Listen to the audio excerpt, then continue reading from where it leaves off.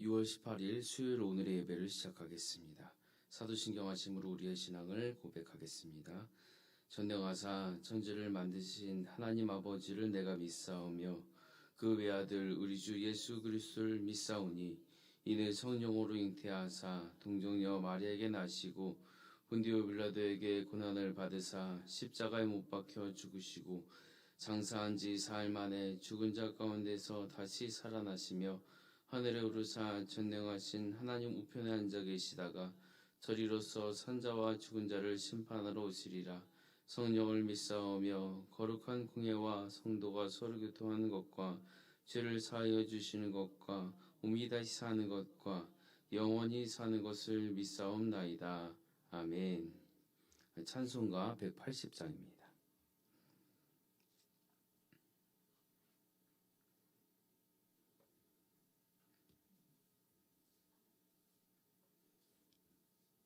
찬송가 180장입니다.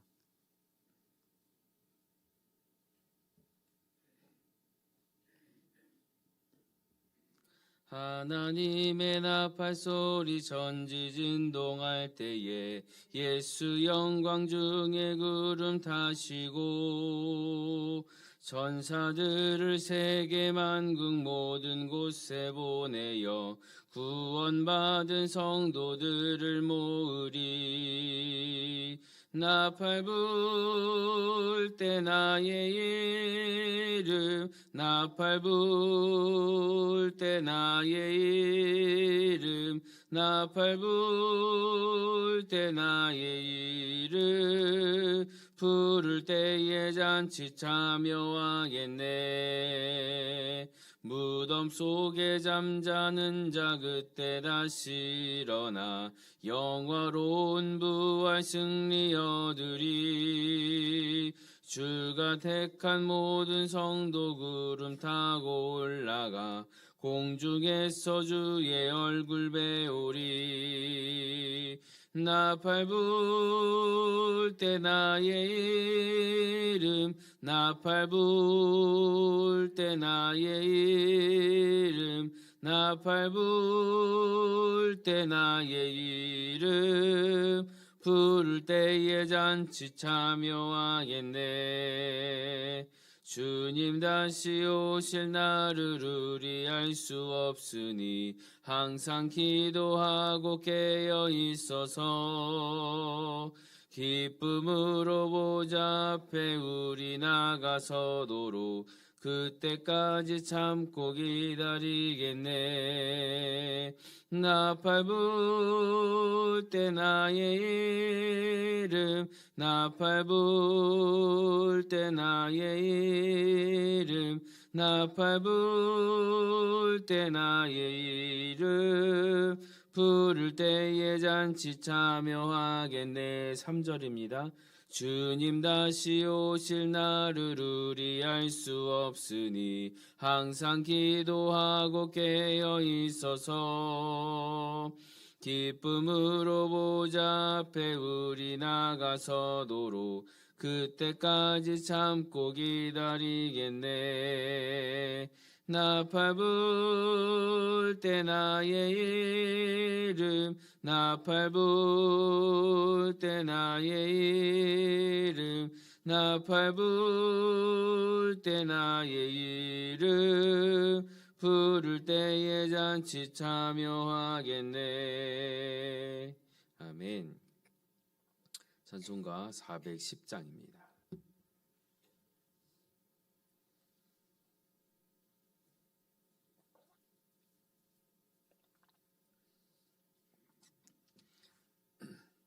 (410) 410장입니다.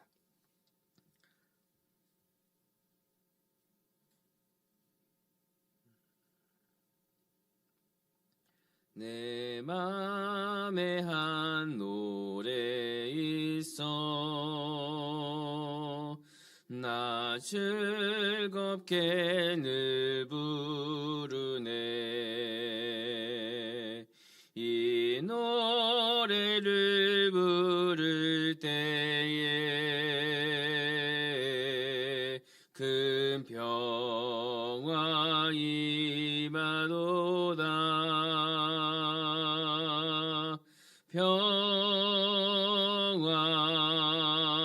평화 하나님 주신 선물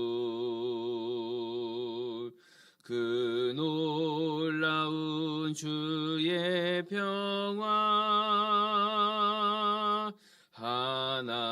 하나님 선물이세 주 십자가 지심으로 날 구원해 주셨으며 주 예수님 고난받아 나 평화 누리도다 평화 평화 하나님 주신 선물 그 놀라운 주의 평화 하나님 선물이세 나 주님께 영광 돌려 참 평화가 넘치도다 주 하나님 은혜로서 이 평화 누리도다 평화 평화 하나님 주신 선물 그 놀라운 주의 평화 하나님 선물이세 이 평화를 얻으려고 주 앞으로 나아갈 때 주 예수님 우리에게 이 평화 주시도다 평화 평화 하나님 주신 선물 그 놀라운 주의 평화 하나님 선물이세 아멘. 기도하겠습니다. 사랑의 하나님, 오늘도 우리를 사랑하여 주셔서 주의 전으로 부르시고 주의 말씀 듣게 하시니 감사합니다. 하나님, 하루를 시작하며 하나님께 묻고 듣고 또 깨닫고 순종하기 원합니다. 우리의 마음과 생각을 주장하여 주옵소서. 날마다 살아감 가운데 시시때때로 나아감 가운데 늘 주님의 뜻을 구하며 살게 하시고 하나님 우리에게 속히 응답하시고 우리는 속히 듣고 속히 순종하게 하여 주옵소서. 날마다의 삶이 주님 안의 삶이 되길 원합니다. 하나님께서 원하시는 삶이 나의 삶 가운데 드러나길 원합니다. 하나님, 우리의 삶을 통하여서 주님을 증거하고 예수를 나타내고 예수와 함께하는 형통의 길을 걷게 하여 주옵소서. 하나님의 나라를 날마다 살아내며 날마다 경험하며 누리며 살아갈 수 있도록 은혜 내려 주옵소서. 오늘도 이 시간 말씀 들을 때에 주님을 사모하며 기대함으로 나아왔사오니 하나님, 우리에게 각자에게 말씀하여 주셔서 아버지 뜻에 민감하게 반응하게 하시고 온전한 순종으로 하나님의 기쁨 되는 우리의 삶이 될 수 있도록 인도하여 주옵소서. 감사합니다. 예수님의 이름으로 기도합니다. 아멘. 오늘 말씀은 창세기 19장입니다. 창세기 19장 23절에서 29절까지의 말씀입니다.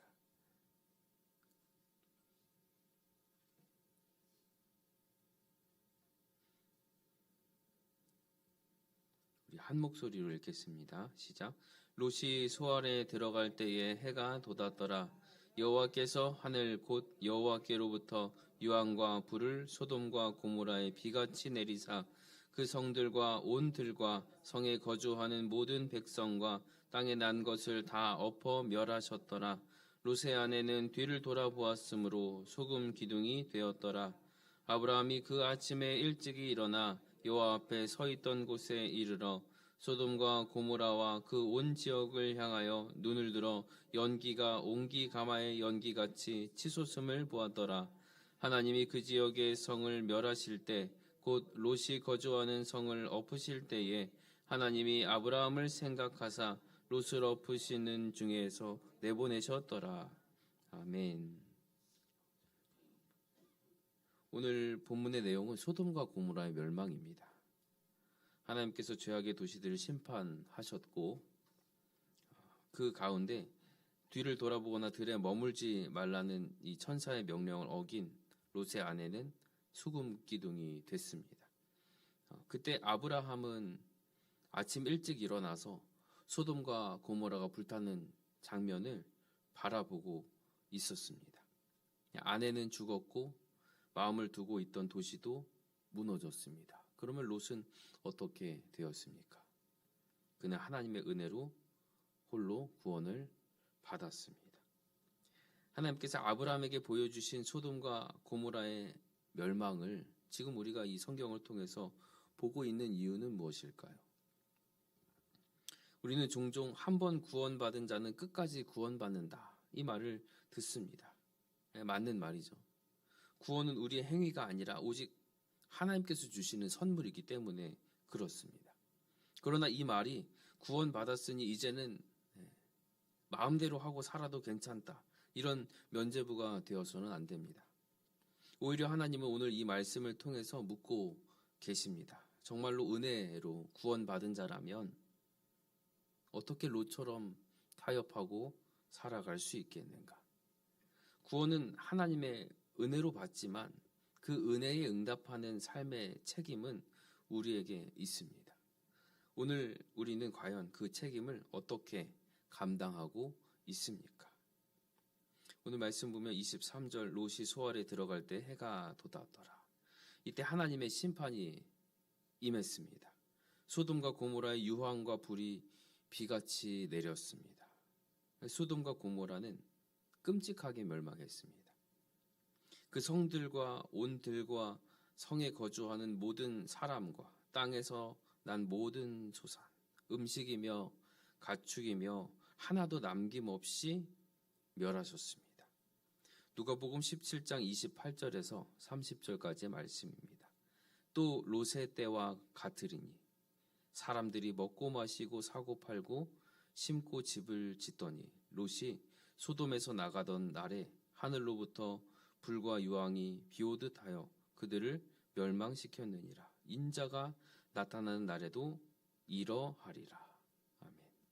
소돔의 사람들은 우리와 같이 일상의 삶을 살고 있었습니다. 먹고 마시고 사고 팔고 심고 거두는 일들을 하고 있었습니다. 그러나 그 종말의 임박을 의식하지는 못했습니다. 영적인 무감각에 빠져서 날마다 하나님 앞에 죄악의 모습으로 살았습니다. 그때 심판이 갑작스럽게 임했습니다. 주님이 다시 오실 날도 그렇다는 겁니다. 우리도 똑같이 이런 평범한 일상을 계속 살아갑니다. 주님이 언제 오실지, 이 땅이 언제 멸망할지 알 수가 없습니다. 그렇다면 우리는 어떻게 살아야 할까요?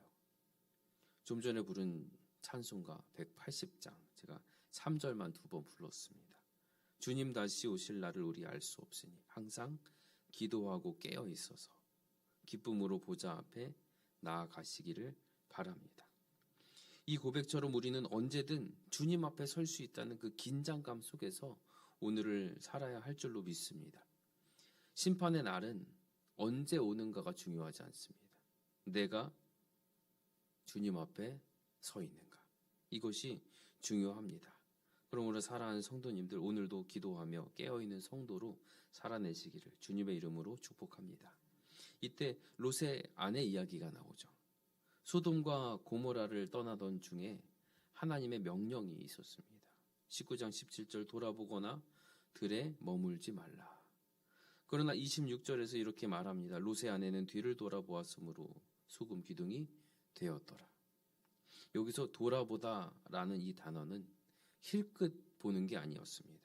응시하다, 주목하다라는 뜻이 있는데 문법적으로도 미완료 형태로 사용돼서 잠깐 보고 앞으로 달려갔다가 아니라 뒤돌아서서 소돔과 고모라를 계속해서 바라보고 있었다라는 뜻입니다. 롯의 아내는 의도적으로 집요하게 소돔을 보고 있었습니다. 몸은 밖으로 나왔지만 마음은 여전히 그 안에 머물러 있었습니다. 떠나온 삶을 미련으로 회상했고 잃어버린 재물과 두고 나온 통장과 집문서와 이런 안락함에 마음을 뒀습니다.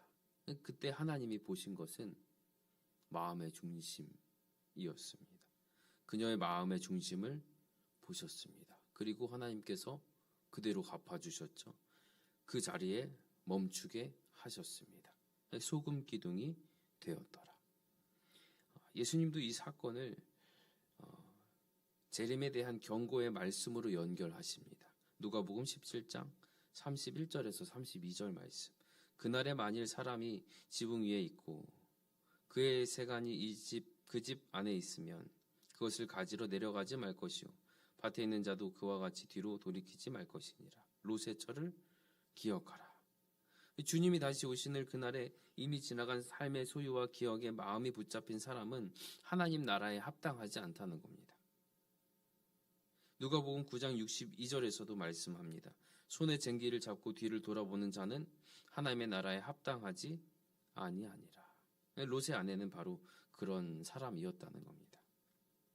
그녀는 하나님의 심판을 피한 육체적 탈출은 했지만 마음은 여전히 죄악의 도시 안에 있었습니다. 결국 그곳에 자기 마음을 남기고 영원한 심판의 상징으로 남게 되었습니다. 이때 소금 기둥은 단순한 징벌이 아닙니다.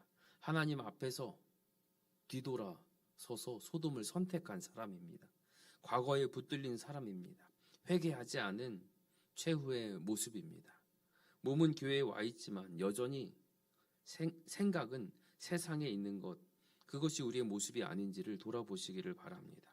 예수 믿어 구원받은 자로서 마음까지 하나님께 돌이킨 삶을 살고 계십니까? 롯의 철을 기억하라. 이 말씀은 단지 롯의 아내를 기억하라는 의미가 아니라 우리의 마음의 방향을 점검하라는 주님의 강한 호소인 줄로 믿습니다. 우리의 마음이 온전한 주님만 바라볼 수 있기를 주님의 이름으로 축복합니다. 이제 롯의 아내가 소금 기둥이 되어서 멈춰선 그 장면 이후에 성경은 다시 아브라함을 등장시킵니다. 27절에 28절 말씀. 아브라함이 그 아침에 일찍이 일어나 여호와 앞에 서 있던 곳에 이르러 소돔과 고모라와 그 온 지역을 향하여 눈을 들어 연기가 옹기 가마의 연기같이 치솟음을 보았더라. 아브라함은 하나님 앞에 서 있었던 자리로 간 겁니다. 하나님께서 약속해 주셨던 자리로 갔습니다. 창세기 18장에서 간절히 기도했던 그 장소로 다시 돌아갑니다. 그때 어떻게 기도했냐면 10명만 있어도 의인 10명만 있어도 멸하지 마옵소서 간청을 했어요. 그 기도는 하나님의 긍휼과 공의를 붙드는 간구였습니다. 아브라함이 다시 그 자리에 선 것은 하나님의 뜻이 어떻게 이루어졌는지를 확인하고자 했던 신앙인의 태도였습니다. 그러나 그는 하나님의 심판의 연기를 목격했습니다. 옹기가마의 연기같이 치솟는 소돔과 고모라의 파멸을 보았습니다. 그렇다면 아브라함의 기도는 실패했을까요? 아니죠. 29절 하반절. 하나님이 아브라함을 생각하사 롯을 그 엎으시는 중에서 내보내셨더라. 하나님은 아브라함의 기도를 기억하셨고 그의 간구를 통해서 롯을 구원하셨습니다. 비록 소돔에는 의인 10명 없었지만 하나님은 한 사람의 기도에 응답하셨고 심판 가운데서도 은혜의 길을 열어주셨습니다. 이 장면에서 생각해 보게 되는 것은 오늘 성경은 롯의 후회나 롯의 슬픔, 아내를 잃은 슬픔, 또 어떤 회개의 장면은 기록하고 있지 않다는 겁니다. 수금 기둥이 된 아내를 생각하면서 통곡했다는 말도 없습니다. 오히려 오늘 본문 이유를 보면 그는 여전히 두려움에 가득 차서 숨어 살고 더 깊은 곳으로 숨어들고 수치스러운 결과를 낳는 삶을 살아가게 됩니다. 그러나 아브라함은 다르죠. 그는 다시 하나님 앞에 서 있었던 그 은혜의 자리로 돌아갔습니다. 그는 하나님의 뜻이 어떻게 이루어지는지를 바라보고 심판과 은혜를 동시에 바라보는 자로 서 있습니다. 롯의 아내는 뒤를 돌아본 채 멈췄고 롯은 타협하면서 소알에 머물렀고 아브라함은 하나님 앞에 다시 섰습니다. 우리는 지금 누구와 같은 삶을 살고 있습니까? 기도의 자리를 기억하시고 다시 주님 앞으로 나아가는 성도 되시기를 바랍니다. 소돔에 여전히 마음을 두고 있었다면 속히 돌이켜서 주께로 돌아오시기를 부탁드립니다. 29절 하반절 하나님이 아브라함을 생각하사 롯을 그 엎으시는 중에서 내보내셨더라. 롯이 구원받은 이유는 그의 신실함이나 어떤 노력이나 결단이나 의로움 때문이 아니었습니다. 오히려 그는 가라고 하시는데 계속 머뭇거렸고 불신앙 가운데 있었고 계속해서 타협적인 삶을 살았습니다. 그럼에도 불구하고 하나님은 그를 구원하셨습니다. 하나님이 아브라함을 생각하사, 이 한 문장이 모든 것을 설명해 줍니다. 여기서 생각하사라는 것은 언약을 따라 기억하고 행동하신다라는 뜻입니다. 하나님은 아브라함과 맺으신 약속, 아브라함의 기도를 잊지 않으셨고 그 언약을 따라 언약 밖에 있는 듯한 롯까지도 은혜로 구원하셨습니다. 오직 하나님의 은혜 그리고 중보자의 기도에 응답하시는 신실하신 하나님이 계십니다. 그러나 문제는 그 구원 이후의 삶입니다. 롯은 몸은 소돔에서 나왔지만 마음은 여전히 두려움과 죄의 그림자 속에 있었습니다. 오늘 이후의 본문을 보면은 알 수 있듯이 그는 산으로 가기를 두려워하고 소알에 머물렀고 결국 두 딸과 함께 수치스러운 일을 겪습니다. 구원은 받았지만 그 삶에 자유가 없었고 그 삶에 평안도 없었습니다. 왜냐하면 그는 말씀하심에 순종하는 삶을 살지 않았기 때문입니다. 오늘날 우리도 마찬가지입니다. 우리도 한 번 구원받았으니 괜찮다. 영적인 방종에 빠지기 쉽습니다. 그러나 롯의 삶은 우리에게 경고합니다. 은혜로 구원받은 자는 은혜에 합당한 삶으로 살아야 합니다. 그렇지 않으면 은혜는 받고도 후회와 고통 속에 머무는 신앙생활을 하게 되는 것입니다. 우리는 지금 은혜 입은 자로서 순종의 길을 걷고 있습니까? 기도에 응답하시는 하나님을 기억하면서 그 은혜에 합당한 삶을 살고 있습니까? 내 삶에는 소 안에 머무는 타협이 있습니까? 아니면 하나님의 산으로 향하려는 순종의 걸음이 있습니까? 하나님은 오늘도 은혜로 우리를 부르시며 타협의 소알에서 떠나 믿음의 산으로 오르라고 말씀하십니다. 소돔을 뒤로하고 구원의 길로 인도하신 하나님은 그 은혜를 헛되이 하지 않기를 바라십니다. 시편 75편 7절입니다. 오직 재판장이신 하나님이 이를 낮추시고 저를 높이시느니라. 9절 나는 야곱의 하나님을 영원히 선포하며 찬양하며. 악인들의 오만함과 교만을 그냥 두지 않으시고 정한 길에 공의로 심판하시며 하나님을 묵상한 어느 성도님의 글입니다. 문득 하나님께 악인은 어떤 사람들인가 생각해 보았다. 분명 인간의 도덕적 관점과는 다를 것이다. 하나님이 유일한 하나님이라 믿지 않으며 두려워하지도 않고 당연히 그 말씀에 순종하지도 않는 자들이지 않을까. 하나님이 계시다 믿지 않는 사람들이 바라보는 것은 세상밖에 없고 그 안에서 행복은 더 높은 곳으로 올라가서 더 좋은 것을 더 많이 가지는 것이라 생각하고 그것을 위한 몸부림으로 삶을 살 수밖에 없다. 그러나 아무리 높아지려 한들 아무리 좋은 것을 가지려 한들 많은 것을 누리려 애를 쓴들 하나님이 허락하시지 않으면 소용없다. 그러니 높아 보인다 부러울 것도 없고 내가 너무 낮다고 우울해할 필요도 없다. 사람을 높이기도 하시고 낮추기도 하시는 이는 오직 한 분 하나님뿐임을 믿는다. 먹고 살기 바쁘고 세상 일에 치이다 보면 자칫 무엇이 중요한지 어떤 것에 우선순위를 둬야 하는지 까먹는 경우도 많이 있고 때로는 주위로부터 살기도 바빠 죽겠는데 뭐하러 교회에 힘을 쏟고 있냐는 비난을 받기도 한다. 가끔은 스스로도 돈을 어떻게 더 많이 벌 수 있을지 고민하기보다는 말씀 묵상은 언제 하고 언제 나눔을 할까를 고민하고 있는 내 자신을 보면서 이게 맞는 건가 생각할 때도 있다. 그래서 다시 한번 다짐해 본다. 쓸데없는데 정신 팔지 말고 네 일이나 제대로 해 라는 말을 듣지 않도록 사업장에서 할 수 있는 최선을 살아내고 시편 기자의 고백처럼 쉬지 않고 주님만을 선포하고 찬양하는 삶을 살아내자. 당당하게 성경 읽고 묵상하는 것을 고민하자. 네, 사랑하는 성도님들, 이제는 주저하지 마시고 머뭇거리지 마시고 믿음으로 순종하여 산을 오르시기를 바랍니다. 그 길은 험하고 외로울 수 있습니다. 하지만 우리가 그 삶을 살아내는 것은 하나님께 주신 축복을 살아내는 길이고 하나님의 얼굴을 뵙는 길임을 믿습니다. 하나님의 은혜로 구원받은 자답게 그 산으로 향하는 삶으로 응답하는 복된 성도 되시기를 주님의 이름으로 축복합니다. 아멘. 기도 제목을 드립니다. 하나님의 은혜로 소돔에서 건짐받은 것을 감사하며 살게 하소서.